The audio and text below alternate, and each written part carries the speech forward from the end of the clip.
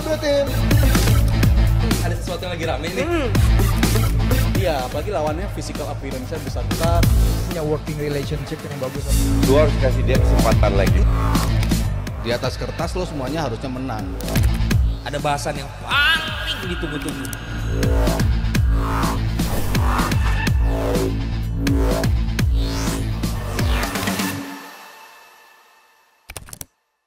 Siapa sangka justru tim asuhan dari Luis de la Fuente menjadi tim yang di babak fase grup ini tim yang paling impresif, paling enak dilihat, paling bagus mainnya secara keseluruhan. Mungkin nggak ada yang komplain soal Spanyol. Justru gua, Coach Firzi setuju mengakui bahwa Spanyol ini salah satu tim yang bisa diunggulkan untuk bisa melaju jauh di turnamen tahun ini. Kita bakal bahas soal Spanyol kemarin. Walaupun udah rotasi Firzi, Ya. tapi tetap main perform dengan bagus. Ya. Lini tengah lawan di lock sama dia, kreativitas Fabian Ruiz juga bagus. Apa yang paling impress buat lo dari Spanyol musim ini? Ya kadang kan kalau rotasi pemain nih, De La Fuente kan ngelakuin sesuatu, ya melakukan 10 pergantian. Biasanya kalau di turnamen-turnamen besar 10 pergantian itu kan either irama lo hilang, irama timnya hilang, atau pemain-pemain ini akan kelihatan disjointed, nggak jelas kerjasama satu sama lain karena mereka adalah pemain lapis kedua yang jarang main bareng. Tapi kalau lihat kemarin mainnya, mereka itu kayak meneruskan filosofi yang ada dari tim utama, dan pemain-pemain ini kelihatan kayak mereka ingin menunjukkan diri agar bisa punya kesempatan jadi starter untuk mengalahkan mereka yang udah jadi pakemnya si La Fuente ini. Chance creation mereka kedua tertinggi kalau nggak salah sepanjang turnamen, dan gue suka kehadiran ya dua pemain ini ya, Nico dan si Lamin itu memberikan verticality, memberikan tusukan yang nggak kelihatan di tim Spanyol sebelum ini, terutama di Piala Dunia kemarin. Bahkan ketika mereka masih main di peaknya Tiki Taka, ketika itu paling pace mereka datang dari Jordi Alba, dari pemain sayap yang nggak terlalu banyak kayak sekarang. Tapi mereka buktiin lawan Albania ini dengan golnya Ferran Torres ya, gol ke-20-nya di level internasional, sementara dia hanya mencetak 30 gol di level klub. Jadi itu jumlah gol dia di level internasional hampir mirip dengan perolehan di level klub. Emang dia jago di timnas. Emang jago di timnas. Banyak yang bilang dia pasti coach udah tahu lah di Barca seperti apa dia, mungkin nggak terlalu oke coach di Barca dengan finishingnya yang jauh. Nggak oke banget. Tapi untuk timnas Spanyol nih orang jadi pengganti yang luar biasa, dan Dani Olmo juga luar biasa, kreatornya bagus. Ya dalam sebagai number 10 dia bisa dapat punya kesempatan untuk masuk jadi salah satu pemain utama itu tadi, menggantikan salah satu starter yang ada. Coach, walk us through dong, gimana sih permainan De La Fuente itu sebenarnya? Apa yang dilakukan oleh De La Fuente di atas lapangan secara taktis? Perpaduan antara direct football dan tiki taka. Wah, itu kan sempurna banget ya kayaknya ya. Sempurna di atas kertas, kembali lagi ke eksekusinya. Kualitas pemain, kalau lu lihat pemain timnas Spanyol ini dibanding generasi Xavi Iniesta masih jauh. Jauh di bawah. Karena lawannya cupu aja semua. Iya kan? Iya, bukan Albania, the whole semua lawan kan menurun semua. Jadi Spanyol kelihatan keren karena sisanya jelek. Hanya Spanyol, Jerman ini dibanding 2014 jauh levelnya, 2 level. Tapi ya kalau dibilang bagus ya lumayan, lebih efektif lah. Kalau dulu kan Tiki Taka pegang bola 80%, golnya 1-2 dan lain-lain, ngerti nggak? Tapi mereka bisa menjadi juara dunia. Sekarang mungkin bahkan lawan Kroasia kalau nggak salah kalah ball possession. Iya, untuk pertama kalinya. Iya, untuk pertama kali kalah ball possession. But that's okay, but they win the game. Karena ya directnya itu yang tergantung sikon. Nah sekarang kembali ke pemainnya tahu nggak momentum. Ini kan kembali decision making. Kapan harus bermain itu, kapan ada celah, high defense, main direct, ya kan? Kalau enggak kontrol bola di tengah. Ya, dan pemain ini pelan-pelan udah mulai bisa menguasai. Tapi ini juga bukan Spanyol yang unbeatable, enggak. Sangat bisa dikalahkan. Jadi turnamen kali ini semua bisa mengalahkan semua. Dari yang tidak diunggulkan menjadi bagus nih ternyata. Betul. Gitu kan, mengagetkan kan. Apa yang paling, buat tadi Firzi udah jelasin, kalau dari coach sendiri apa yang paling impresif dari Spanyol sejauh ini? Direct football tadi ya? Lebih ke efektivitas sih. Dan yang kaget ya performanya Lamine Yamal. 16 tahun masih sekolah online, belum tentu PR banyak, naik kelas atau enggak. Tapi dia nggak demam panggung, dia bisa langsung perform. punya kontribusi. Jadi bagus Barca jual Dembele dengan harga tinggi. Jadi ada peran atau keluar dia gratis kan. Jadi udah digantikan. Dan Dembele nggak perform sama sekali sekarang. Tadi kita bahas soal Kroasia juga kan, bagaimana lini tengah itu menjadi motor. Nah, kalau gue sendiri mungkin berbeda. Gue paling impress sama lini tengahnya Spanyol sendiri, Fabian Ruiz, Pedri dan juga Rodri. Gue lebih impress karena Fabian Ruiz. Nah iya, tiga nama ini loh. Karena Rodri lebih fokus ke defense sekarang. Kayak dulu perannya Busquets lah. Nah, Fabian Ruiz ini yang tajam. Ya Pedri juga. Tapi Fabian Ruiz ini perannya gila. Ada yang bilang kayak Iniesta-nya sekarang. Enggak jauh lah. Nomornya doang sama. Cuman dia punya kontribusi besar. Itu yang penting. Kalau ini tim lu matikan Fabian Ruiz dan Pedri, powernya udah 50% hilang. Masalahnya saat di tengahnya ngandelin sayap. Nah, si Lamine Yamal sama Williams disiplin juga kunci masalahnya. Lamine Yamal masih konsisten, William nggak konsisten gue bilang. Kemarin lawan Italia doang bagus. Iya. Jadi ya we'll see. Tapi intinya adalah mereka punya beberapa variasi untuk serangan. Kembali lagi perpaduan antara direct, skill, dan tiki-taka. Kalau boleh bikin list buat kalian berdua, Spanyol ada di urutan berapa sekarang buat jadi juara? Walaupun emang balik lagi Bagan, Bracket penting, cuman satu kan? Dua Jerman. Bakal ketemu lagi di quarter kalau sama menang tuh. Gue sih masih jagoin Portugal ya daripada Spanyol ini ya. Tapi ya Portugal kedalaman skuadnya juga bagus sih, juga oke, defense-nya mereka juga bagus, untuk pengalaman experience turnamen mereka punya lebih banyak. Portugal juga kandidat kuat. Untuk experience turnamen ya kita bicarain tim Spanyol ini lebih matang. Kita bahas Portugal nanti. Kalau Spanyol sendiri apa sih minusnya? Striker nggak sih?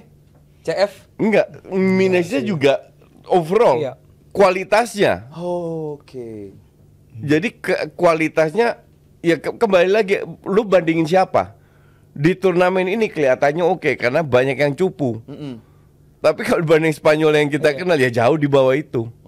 Jadi dengan kualitas so-so aja banyak kekurangan. Ketemu Jerman kira-kira Coach? Nggak bisa. This tournament jangan kaget nanti kalau tim kayak Belanda ini lolos ke final. Atau tim kayak yang rank 3 Slovenia bisa ke semifinal. Bener telat. Siapa yang pikir Prancis seri lawan Poland? Sehancur itu. Dan golnya penalti pula. Dua-duanya. Iya. I mean nggak bisa diprediksi. Inggris main kayak gitu. Cuma sekali menang itu pun juga asis yang deflect dari Saka. Ngerti nggak? Jadi ini turnamen penuh dengan kejutan. Lu lihat ntar pas per 18 final. Yang nggak diunggulkan itu bisa jauh. Nah kita singgol Inggris sedikit sih. Lu kayaknya udah sedikit doang. Ya boleh deh banyak. Kayaknya perlu deh. Lu kayak nge-tweet banyak banget soal Inggris, malu kayak capek banget. Gue kasihan aja lihat supporter Inggris, maksudnya mereka datang ke turnamen dengan harapan besar, mereka punya pemain terbaik di Inggris, punya pemain terbaik di Spanyol, top scorer di Jerman. Terus mainnya kayak gitu. Ini bener-bener kacau banget sih dalam dalam segi yang nggak pernah kelihatan kacaunya segini. Kita tahu Southgate pasti akan jadi kelemahan Inggris di Piala Eropa ini. Udah banyak yang bilang tapi kita nggak nyangka bakal sekacau ini. Separah ini kita nggak tahu karena sebelum-sebelumnya di turnamen. Gue tahu, kalian nggak tahu. Luar biasa. Beratnya di Southgate. Iya, di 2022 kita tahu Inggris mainnya nggak sejelek ini. 18 pasti mereka mainnya lebih bagus dari ini. 20 mereka ke final juga jauh lebih bagus dari ini. Lu nggak perlu lihat data, nggak perlu lihat statistik, nggak perlu lihat fakta, lihat aja cara mereka main gitu. Bos, ini jadi fans Inggris, ya makanya nggak heran ketika mereka di pertandingan ini dihujat, dilempar gelas kosong itu untuk pertandingan kedua secara beruntun, karena wajar apabila fans Inggris tuh pingin lebih dari ini, hanya untuk ngelihat tim mereka untuk lebih ofensif aja gitu, menciptakan peluang, lebih berani, lebih agresif. Ini nggak kelihatan sama sekali. Gue sih happy aja. Yang lain happy. Kemarin gue dibully Pange terus karena Belanda kalah kan. Gue diemin aja, lu lihat nanti ada waktunya gue injek-injek lu. Bakal ketemu lagi kayaknya tuh Inggris sama Belanda. Inggris sama Belanda kayak dengan senang hati. Ini bisa jadi Belanda yang menang dengan performance Inggris yang kayak gini. Karena jelek banget, dan apa yang si Walker, Kane, pemain-pemain Foden, Saka, Bellingham, semua sebutin. Yang dia omongin sebelum pertandingan dan apa yang ada di pertandingan itu tuh beda banget. Itulah Nah, betapa penting peran pelatih. Kembali lagi gue relate-nya dengan Sintayong. Sintayong mungkin di atas kertas pelatih ya lumayan lah. Bukan level Eropa. level CD lah ya, CB lah ya. Level Asia masih oke lah. CD level Asia. Tapi sinergi antara pemain dan pelatih staff. itu luar biasa. PSSI juga harus diberi pujian kepada PSSI bahwa mereka. Jadi sinergi ini Sintayong mampu melakukan itu. Yang tidak sanggup dilakukan oleh Southgate, Koeman, Deschamps. Tapi Sintayong bisa membuat tim yang pas biasa aja ini performanya di atas kemampuan mereka. Kalau ke Southgate kualitasnya di sini performanya drop. Dan ini udah berkali-kali. Tapi orang kardus kayak Pange gitu kan ngelihatnya hasil doang. It's coming home yang penting. Oh ya, semifinal. Oh ya, semifinal itu kalau nggak kalah lawan Belgia, kalau menang mereka itu nggak bakal lolos karena lewat pintu jalan belakang kan, lewat bracket berbeda. Ini sama. Sekarang ngerti nggak? Ini tim nggak hebat-hebat amat. Bahwa lu punya beberapa tadi disebut Bellingham, materi Saka, pemainnya luar biasa Kane, apa? Itu luar biasa. Itu kan di atas kertas doang. Ini permainan 11 lawan 11 loh. Justru kebanyakan ego bahaya. Ego mana yang mau berkorban? Bellingham baru kelihatan. Bellingham hebat kalau teman-temannya hebat. Saka hebat kalau teman-temannya hebat. Kane hebat kalau teman-temannya hebat. Tapi kalau semua bekerja sendiri satu dua nggak paham. Disjointed. Ya Ini bukan ego lagi sih, ini bego. Yang gue nggak ngerti kenapa Foden cuman dia main sedikit ke kiri aja tuh nggak bisa langsung nggak bisa functioning sama sekali. Oke, ditabrakan di tengah sama Bellingham, tapi kan dia ditaruh ke kiri. Maksudnya Fabregas kan cerita tuh yang dia sama Rio Ferdinand, lain-lain, Neville. Bagaimana dia cerita dia ketika harus bermain sebagai false nine kan? Ya dia harus adapt. Pemain itu harus bisa adapt juga dengan timnya, bukan timnya harus adapt dengan pemainnya. Jadi bukan Inggris harus nyari cara bagaimana Foden bisa work di kiri dengan Bellingham. Enggak, Foden juga harus nyari cara bagaimana dia bisa bekerja dengan Bellingham, bekerja dengan Trippier yang juga gua akui juga nggak jelas juga di sisi kiri lapangan. Iya, dan ini adalah apa ya, kalau sekarang seharusnya dia pakaikan pertandingan kemarin ini kan untuk cobain lah pemain-pemain yang lain. Lu tahu 2 pertandingan pertama lu nggak bagus, coba pakai Palmer, coba pakai Gordon, coba pakai Kobbie Mainoo. Tapi kemarin 3-3 dikasih kesempatan tuh. Dan bagus walaupun cameo dikit kan, tapi akhirnya Palmer jadi paling banyak. Iya, dia nembak. Palmer lebih berbahaya lah daripada pemain-pemain itu dalam 80 menit. Iya, tapi jadi masalah juga gini. Ini sebenarnya Southgate tahu nggak mana pemain yang paling bagus buat dia? Karena pergantian dia tuh beda-beda, benar. Kayaknya enggak deh. Kobbie Mainoo masuk itu adalah partner ketiganya si Declan Rice di lapangan tengah dari 3 pertandingan ini. Setelah Trent, Gallagher dan dia Mainoo. Pertandingan lawan Denmark dia masukin Eze, masukin Palmer, Bowen, masukin si Watkins. Sekarang pergantiannya beda lagi. Jadi dia tuh tahu nggak apa plan B-nya dia. Dia bingung sendiri kalau gue bilang. Iya. Dan yang bikin rusak Inggris ya pelatihnya. Pemainnya mah bagus semua, nggak ada yang lihat kualitas pemainnya bagus semua. Nggak gini. Pelatihnya. Pemain bagus as individu. Iya, disjointed cuman kalau lu gue rasa ini di internal Inggris itu nggak beres. Jadi kayak pemain MU nggak mau ngobrol sama pemain Liverpool nggak mau ngobrol sama pemain City. Berkubu. Atau berkubu. Makanya nggak terjadi teamwork. Nah, Coach sebagai pelatih, ini buat gue menggelitik. Cuman mungkin lu punya apa ya, angle berbeda. Southgate bilang kesulitan kita adalah kita nggak punya pengganti yang sepadan dari seorang Calvin Phillips. Ya, kocak. Lu gimana ngeliatnya sebagai pelatih? Ya nggak, seolah-olah Calvin Phillips ini levelnya Iniesta gitu loh. Emang enggak? Levelnya Haryono. Zidane kan kocak. Terus lu mainin Gallagher yang notabene lari-lari doang. Kenapa lu nggak coba main dari awal? Atau ada Morton? Iya. Ada Morton. Dan Saka itu hebatnya kalau di sekitar dia ada 2-3 pemain untuk bikin kombinasi. Itu dilakukan di Arsenal kan. Nah sekarang dia sendirian suruh pegang, suruh ngelewatin, ini susah.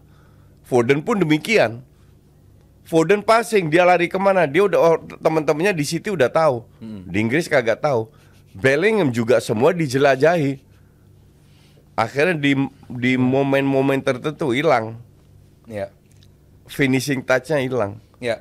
Dan soal yang hilang juga Coach adalah back kiri yang punya kaki kiri. Nah, gue kepikiran gitu, kalau misalnya Bukayo Saka taruh di back kiri, Palmer atau Gordon di kanan lebih bakal perform gak ya? Bisa jadi. Iya loh maksudnya. Karena awal-awal karir dia main di back loh. kiri. Trippier kan udah 3 game nih gak perform sama sekali. Isolated banget Dan di kiri tetap atas. dipaksa. Dan itu dipaksa. Iya. Enggak, karena dia bawa Luke Shaw yang ternyata latihan pun dia baru latihan sekali doang sama tim. Gambling ya cuma. Makanya gue bilang ini kasusnya sama kayak Koeman.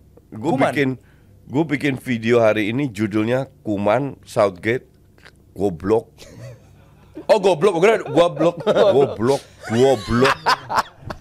Ngerti nggak? Ya ini kasusnya sama kayak Koeman. Apa yang paling bikin mereka goblok? Ya nggak bisa pilih pemain. Ya. Tapi kan Koeman ada keterbatasan jauh coach, beda sama Southgate. Siapa Southgate bilang? Mewah banget. Enggak juga. Ya lebih mewah Southgate betul. Tapi Koeman bisa pasang pemain yang beda dengan apa yang dia pasang sekarang. Oke. Kita bakal bahas soal Belanda nanti Coach. Nah, soal Inggris dulu nih.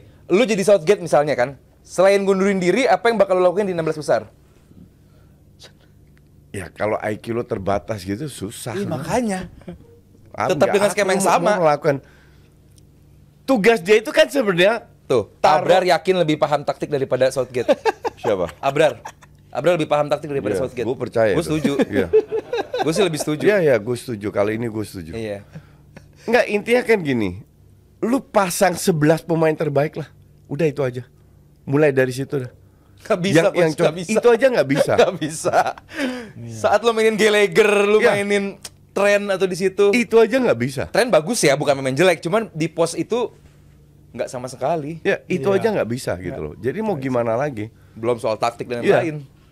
Soal man management yang dikuasai oleh pelatih kayak Mourinho dan Ancelotti nggak dia kuasai juga. Jauh. Jadi emang ini tim sangat overrated. Cuman fansnya itu kan kardus semua, lebay. Pangnya rajanya kardus. Ya fans mah tiap negara juga ada fans. Enggak, pangnya itu luar biasa. Oh iya. Kardusnya luar biasa. Tapi dia bayar sama gue. Tiap kali dikit-dikit it's coming home. Lah bukan emang begitu Coach? Enggak, itu gue screenshot, gue posting semua. Gue injek-injek, gue tunggu momen aja, gue injek-injek gitu. Pas tuh ntar Belanda Inggris tuh. Apa? Ketemu. Enggak harus lawan Inggris.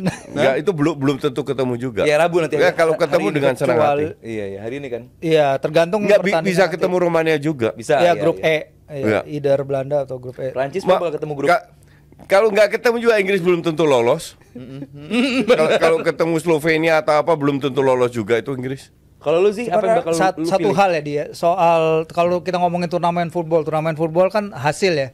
Mau mainnya kayak gimana, jelek segimanapun, Inggris ini tetap aja dia juara grup C, pemenang grup C. Dengan hanya mencetak 2 gol. Inggris itu cuma pernah nyetak di turnamen besar, ada 2 kesempatan lain di mana mereka hanya mencetak 2 gol di fase grup. Itu ada di Italia 90 dan kemudian di Euro 2020. 2 kesempatan yang mereka di Italia nanti semifinal, mungkin salah satu penampilan terhebat timnas Inggris banyak orang bilang, dan yang satu finalis gitu. Jadi mereka udah ada kasus di mana mereka butut di grup, tapi kemudian mereka bisa nemuin caranya. Ya itu kan cocologi, sama kayak gue bilang Belanda 88 juara di Jerman, ya nggak ngaruh juga. Ya nggak ngaruh, bener. Ya itu kan cocokologi semua. Bisa aja Coach ya, ada kesempatan. Gitu. Belanda juara di Jerman. Nah ini siapa tahu juara lagi. Gitu kan cocokologi. Bisa aja. Makanya kita bakal bahas Belanda, kita bakal bedah lagi. Kita kalau bahas soal Inggris nggak ada beresnya deh, capek. Nggak ada beresnya. Nggak ada beresnya karena terlalu lucu aja. Masalahnya lucu, positifnya adalah mereka ada di bracket yang mudah. Nggak sebracket sama Spanyol, nggak sebracket sama Jerman, Prancis, Portugal. Nggak, itu pun belum tentu menang. Betul. Baru gue mau bilang kelihatannya mudah. Iya makanya. Ini udah kedua kalinya terjadi ke Southgate. Dia hokinya gede juga. Hokinya gede dan itu penting hoki gede itu. Iya. Lu punya taktik luar biasa kalau nggak hoki. Kan nggak selalu. Nah. Kan nggak selalu hoki gede. Siapa tahu ini tahunnya Inggris. Tapi dengan dia ada di bracket yang di atas kertas lebih mudah ya. Pressure-nya lebih lagi nambah. Dan lu lihat hubungan seolah-olah gampang lolos. Iya, tapi lu lihat di stadion hubungan dengan antara pemain dengan timnya itu kan udah nggak connect sama sekali. Dihujat, dibu, dilempar gelas kosong. gimana kalau Marwahnya mereka udah nggak ada itu. Marwah udah nggak ada, koneksinya udah nggak ada di antara ini yang jadi problem. Jadi nggak cuma antar lini, tapi antar pemain, supporter dan juga pelatih emang udah nggak ada disjointednya. Tapi jangan ragu. Lawan Belanda, gimana fans Inggris? Yakin, pede menghadapi timnya Koci? Sangat pede. Tulis di kolom komentar. Kalau Koci mah pede banget gue yakin. Nah, kalau lu fans The Three Lions gimana? Pede kah nanti kalaupun misalnya hari ini kita dapat info bahwa Inggris menghadapi Belanda? Kita akan bahas soal Belanda, timnya Koci yang juga gak kalah lawak semalam setelah yang satu ini. Halo Nyobro Tim. Ada sesuatu yang lagi rame nih. Iya, apalagi lawannya physical appearance-nya besar-besar, punya working relationship yang bagus. Lu harus kasih dia kesempatan lagi. di atas kertas lo semuanya harusnya menang. Ada bahasan yang paling ditunggu-tunggu.